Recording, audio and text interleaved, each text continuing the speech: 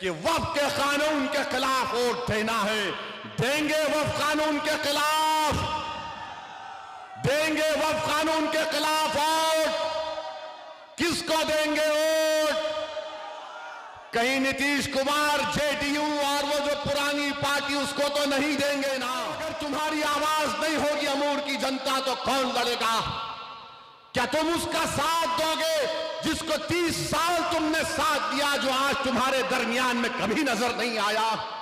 क्या आप उसका साथ दोगे जो तुमको घुसपैठी कहकर हमारे इत्तेहाद को पारा पारा करना चाहता है?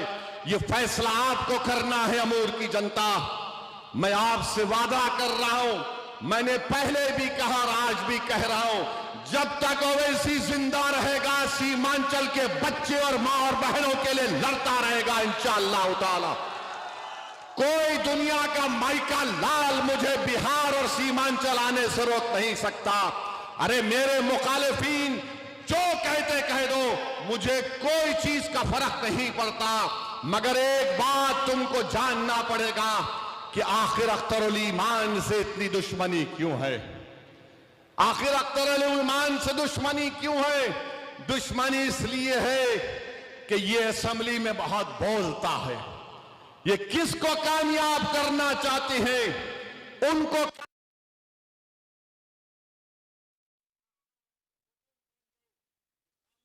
खामोश हो जाएंगे।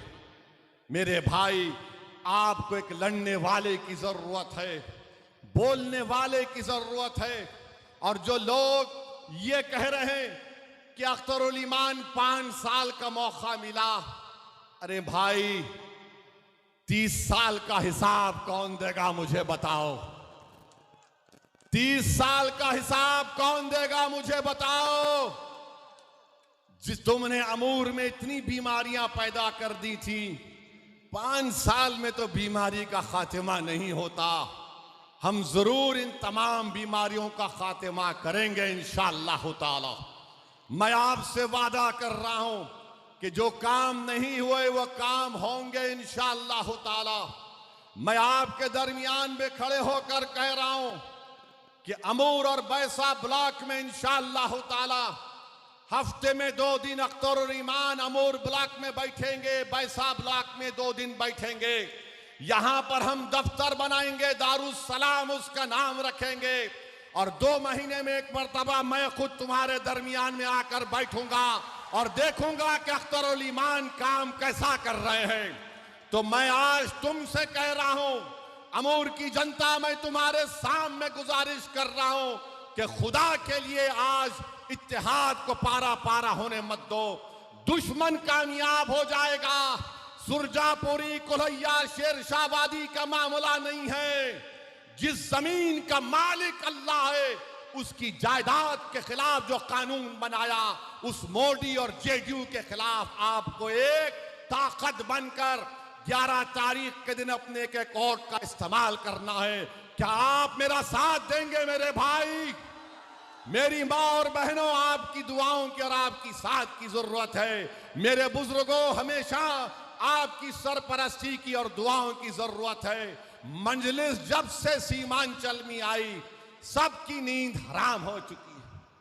जो कोई आता है, हर मोदी से लेके अमित शाह से लेके नीतीश कुमार, तेजस्वी, कांग्रेस, एक नई पार्टी आई, वो भी ओवैसी क्यों आता? ओवैसी को हैदराबाद से आने की क्या जरूरत है? अरे क्या बिहार तुम्हारे बाप का है क्या? क्या सीमांचल को हम नहीं आ सकते क्या? बराबर आएंगे और लड़ते रहेंगे। हमने अपनी सियासी जिद्दोजहद का बिहार में आगाज आपके दरमियान में सीमांचल की सरजमीन से किया। कोई हमको रोक नहीं सकता। पिछले बार भी आपने बड़ी मेहनतों और जुस्तजू के बाद आपने यहां से अख्तरुल ईमान साहब को कामयाब किया। अगर कोई ये कहता है कि मैं अमूर का बेटा हूं, तो बताओ मैं क्या हूं तुम्हारे लिए? आपको 11 तारीख के दिन बताना पड़ेगा। अगर कोई घर का बेटा 30 साल मौका मिलने के बाद भी अगर काम नहीं करता, तो उस घर के बेटे को लोग बोलते ये निकम्मा बेटा है। 30 साल का का मौका मिला। कितना? 30 साल। 30 साल में उन्होंने कुछ नहीं किया। जब सैलाब आता था, जमीन कटती थी, लोगों ने पूछा, हजरत इसका क्या वजह है, इसका कारण क्या है? तो हजरत ने फरमाया, दसन दसन दसन है। कहा था ना, याद है ना? अख्तरुल ईमान ने कहा, कारण यह है कि निकम्मा है। अख्तरुल ईमान ने कहा, कारण यह है कि निकम्मा है। अरे कोई घर का बेटा बोलने से घर का बेटा नहीं बन जाता। असदुद्दीन ओवैसी तुम्हारा खादिम था और रहेगा इंशाअल्लाह ताला।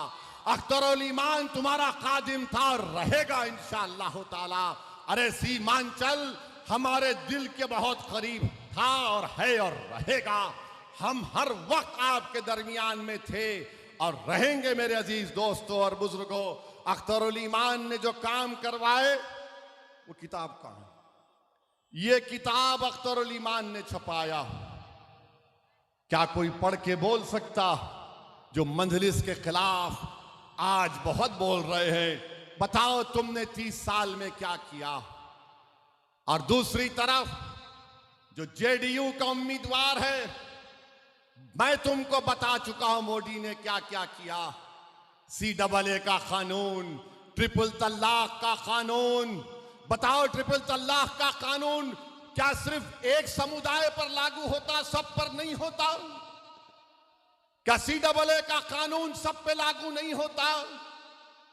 क्या यकसा सिविल कोड का कानून जिसको बनाने की बात RSS बीजेपी करती है वो सब पे लागू नहीं होगा? ये वक्त अज़बियत के मजारे करने का नहीं है, ये वक्त इत्तेहाद को मजबूत करना है मेरे अजीज दोस्तों और बुजुर्गों। मेरे बुजुर्गों, मेरे नौजवान साथियों, ये लड़ाई तुम्हारी है, तुम्हारे मुस्तकबिल की लड़ाई है। बिहार में 60% आबादी, बिहार में 60% आबादी 35 साल से कम उम्र नौजवानों पर मुश्तमिल है। और जो लोग मंजलिस को बोलते गठबंधन के बारे में, मैं आपसे कह रहा हूं कि आज दरभंगा में गौरा बोरन एक विधानसभा है, वहां पर राजद ने, गठबंधन ने अफजल अली खान को उम्मीदवार बनाया और अफजल अली खान के खिलाफ तेजस्वी जाकर संतोष सहनी को वोट देने की बात करता है। बोलो गठबंधन के लोग, तुम्हारा उम्मीदवार अफजल अली खान और तेजस्वी जाकर कहता है कि संतोष सहनी को वोट दो। कितना रुस्वा तुम हमको करोगे। और लोग बोलते हो वैसी भड़काऊ भाषण देता है। मैं भड़काऊ भाषण नहीं दे रहा हूं, मैं मुबारकबाद दे रहा हूं वीआईपी पार्टी के जिम्मेदारों को कि वो 3-3.5% है, मगर उन्होंने अपने इत्तेहाद का सबूत दिया। 17% अल्पसंख्यक समाज मुसलमान है, बिहार में सबसे बड़ा समाज है, मगर आज आप देख लीजिए कि किसी के मुंह में जबान तो है मगर बोलने की जरूरत नहीं है, बोलने की जरूरत नहीं है। 17% है और तेजस्वी के बाजू बैठकर वीआईपी का लीडर कहता है कि अब की बार मल्लाह का बेटा उप मुख्यमंत्री बनेगा।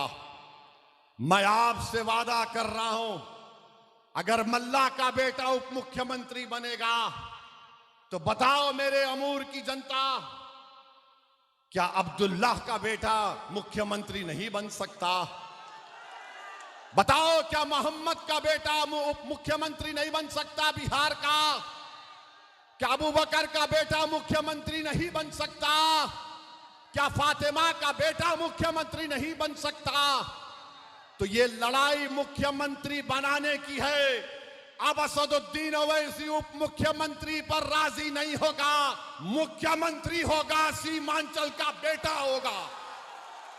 मुख्यमंत्री होगा तो सीमांचल का बेटा होगा, और सीमांचल से इंसाफ उसी वक्त होगा जब यहां का बेटा पटना के जालिमों के सामने कुर्सी डालकर पैर पे पैर रखकर बोलेगा, अब बोल, अब सीमांचल का इंसाफ तुझे करना है। ये ताकत आपको देना है, ये ताकत आपको अपने वोट के जरिए देना है। देंगे ताकत आप, वोट पड़ेगा, सीमांचल के नाम पर वोट देना है। इसीलिए आज आप देखते हैं कि बौखलाहट का शिकार होकर एक तरफ से मोदी और नीतीश कुमार, दूसरी तरफ से वो 30 साल के निकम्मे साहब, दोनों मिलकर अख्तरुल ईमान के खिलाफ दो महाजों पर लड़ रहे हैं। मैं एक तरफ कहूंगा, फिर से कह रहा हूं, मेरे भाई, अज़बियत का वक्त नहीं है, इत्तेहाद का वक्त है।